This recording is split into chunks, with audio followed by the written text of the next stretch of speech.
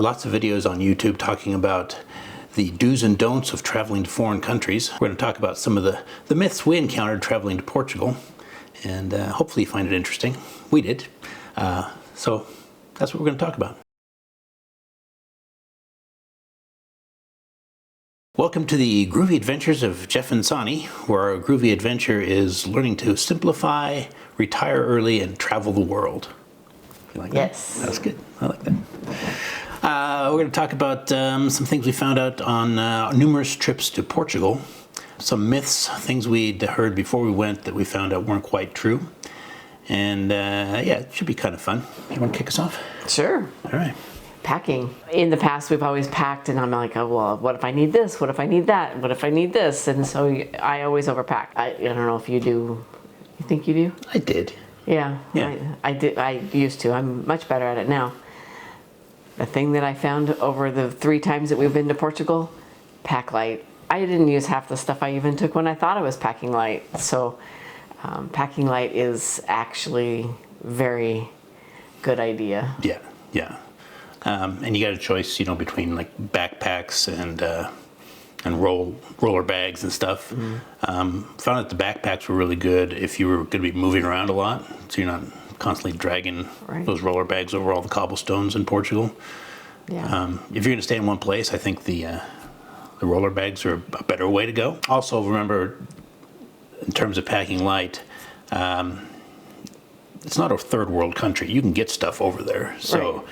I'm getting to the point where I don't even worry about toiletries. So I'm just going to get them when we get there. And last time we did that, they were super cheap. I bought a whole bunch of toiletry stuff, and it was about half what I would have paid for it here. So like $7. Yeah. For everything. Yeah, I got shaving, got razors, I got all kinds of stuff. So yeah, I don't worry about that kind of overpacking all of your toiletries and products. They'll have it over there. Yeah, I mean, I got my hair stuff I got to take care of,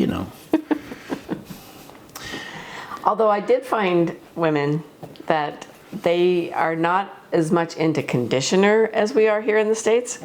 So when you're over there and they provide shampoo and body wash, but there's no conditioner. I went down to the lobby and said, hey, there's no conditioner in my room. And they're like, that's because we're not American. So if you need conditioner, then take that with you because it's not as readily available as it is here in the States. Yeah. And speaking of the cobblestone, make sure you bring good shoes with good traction on them because the Portuguese cobblestone is worn very smooth, and when it rains over there, it can get pretty slick. So just be aware of that. Lots of years of lots of people walking on it, I think. Yeah, yeah. One of the myths that we encountered before we went was, don't worry, everybody speaks English.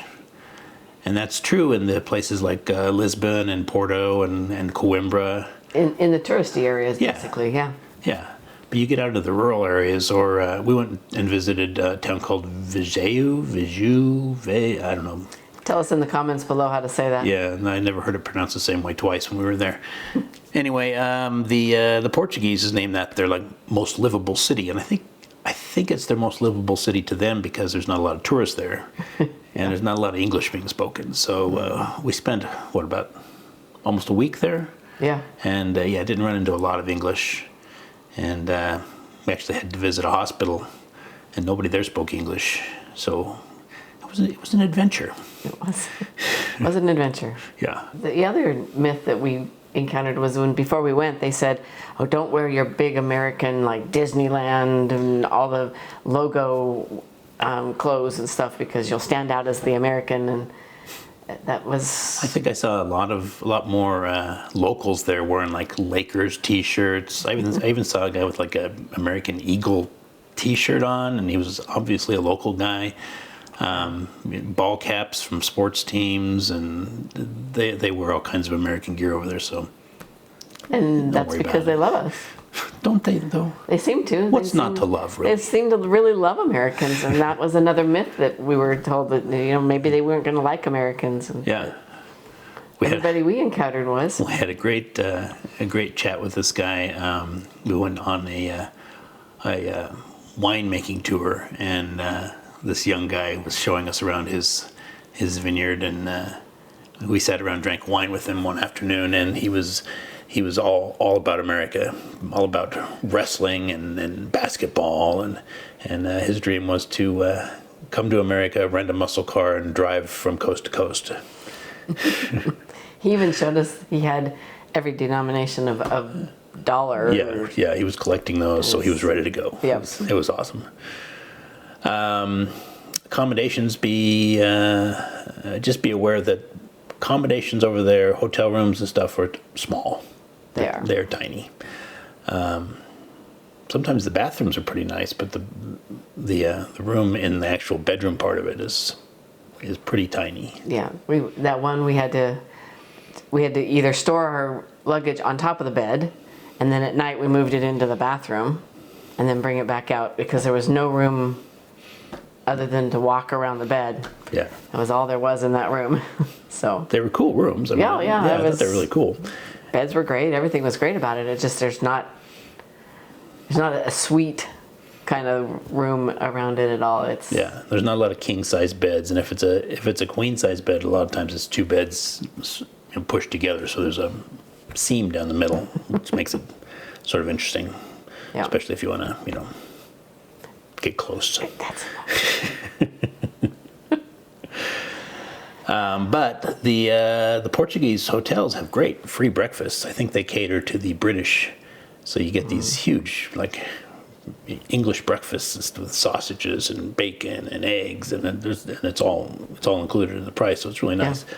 But that was just at the Portuguese chain restaurant or hotels, not the American hotels. Yeah, we did stay at an American chain, and they had a nice breakfast layout, but it was like $30 or something. Yeah, and too expensive. Yeah, everything at the American chains were a lot more expensive, and nothing was included.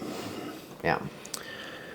One of the first things we encountered on our first trip there was we went to a restaurant, and they gave us menus, and especially the wine menu. I thought, I thought the wine here was really cheap, but the prices on this menu are like crazy.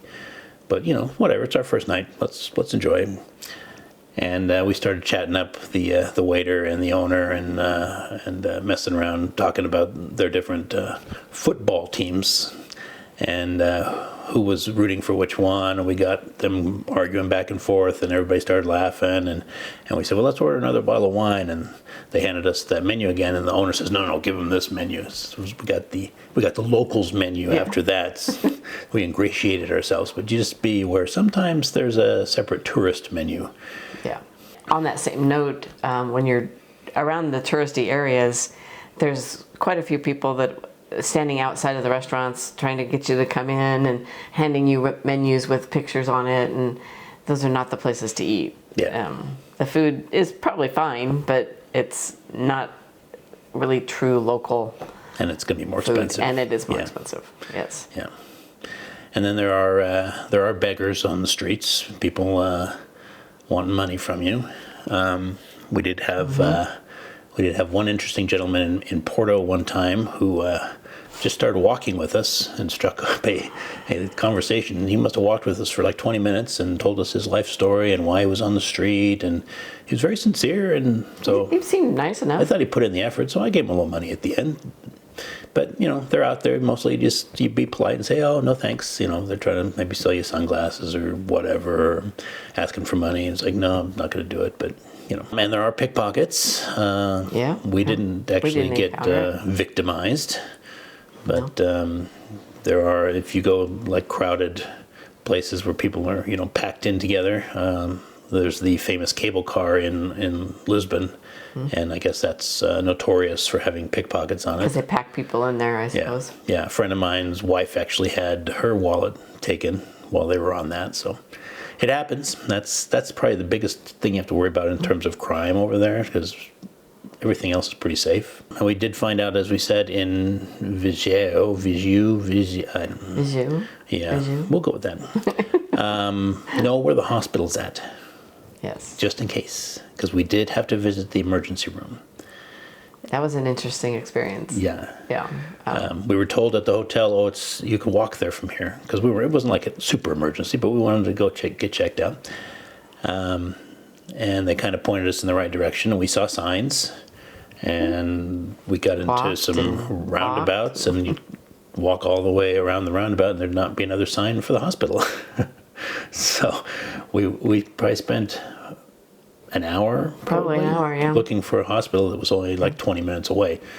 And of course, nobody there spoke English, so yeah. And the hospital experience, that's another video, I think, probably. Yeah. That was different. They say they have very good health care, but Oh, they were very thorough. they were. And they were very nice. It was just, it was different. It's different. Again, another video. Oh, yeah. Guided. Yeah. Guided or not versus guided? guided, No. yeah. Do you want to do a guided tour of the country, or do you want to go on your own? What do you think? Well, I think after we've done both, our first experience was that we went guided. And even though that was more expensive, I liked that because it taught us that we could do it ourselves the next time. I really liked having the tour guide there, our own car. They showed us things that we probably wouldn't have been able to find on our own.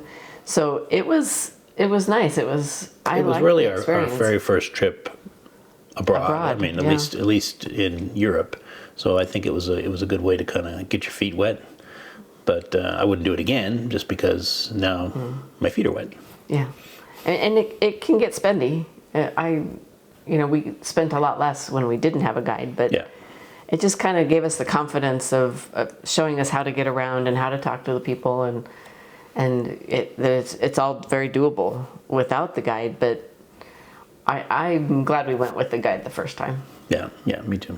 Yeah, I guess what we learned is just kind of go with the flow. There's going to be things happening. There's going to be language barriers. So just kind of go with it and don't get too wound up, and you'll figure it out.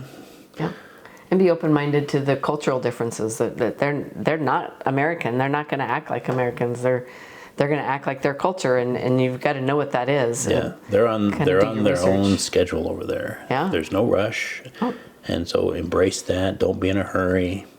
Don't expect you're going to get anything in a hurry, and enjoy it. Really. And I at first I was a little put off in the restaurants. I was like, why aren't they coming back and checking on us? Why aren't they? But then I realized that that's their culture, and they want you to sit and enjoy the food and enjoy the wine. They're not trying to turn tables over. They're not turning tables. They're like, steak as long as you want. It's all good. And you call them over when you're ready, and they're not. I think if you call somebody over here in the States, they're like, oh, I wasn't attentive enough, or right. It's not like that. You're being impatient with them. They wait for you to call over and ask for your bill or whatever. So, and I like that because you get time to interact with people around you. We got in good conversations with people around us sometimes, and you're able to enjoy the wine, enjoy the food. I liked it once I realized what was going on. Right. One thing I noticed, because I grew up in sort of small town and in the West, and you walk down the street and say, hi, how you doing? Hey, how's it going? Hi. They don't do that over there. They look at you like you got lobsters coming out of your ears if you say anything to them on the street. What do you want? Yeah, it's hard for me to. I mean, I'm just friendly. I just want to say hi, and they just look at me like, "What the hell is wrong with you?" So it takes a little while to get used to that. It feels so impersonal to just walk down the street like that, but that's how they are, and they're super nice people. If you get a chance to sit down and talk with somebody, but don't just cold call. Hey, how you doing? Because they don't like that over there at all. No, it's just not their culture. And just remember that crap is going to happen, especially when you're on your own for the first time, which we found out. Yeah. On our second trip, not guided. We just had to figure it out. Yeah, we got there and went to get some cash and realized that our debit card wasn't working, and we had no cash, which we needed for the bus, right, to get to the next city. And we're like, I don't know why the debit card's not working. At first I'm like, oh crap, what have I done? We've come to this country, we don't know anything, we don't know how to use anything, and now I don't have any money. And I was a little panicked, but we ended up getting me calmed down and calling the bank company, and they're like, oh yeah, let's fix that. And they got it fixed. We got our money. It was all, we went with the flow. It all worked. So Yeah. And we got through it. all those goofy things that happened to you make good stories later, and that's the stuff you remember. So, yeah. Yeah, it made for a better experience, and we realized that we could get through stuff like that. So. Yeah. So that's what we got for you today. Let us know in the comments if you guys have been to Portugal and what experiences you've had, and if some of the things we said match up with your experience, or if you found different things. And don't forget to like and subscribe and hit the bell button for you notified when we put out another video. Yeah. And yeah. And continue to come along with us on this groovy adventure. Yeah. All right. Huevos rancheros. Bye. And we're live. And we're sweaty. And Action.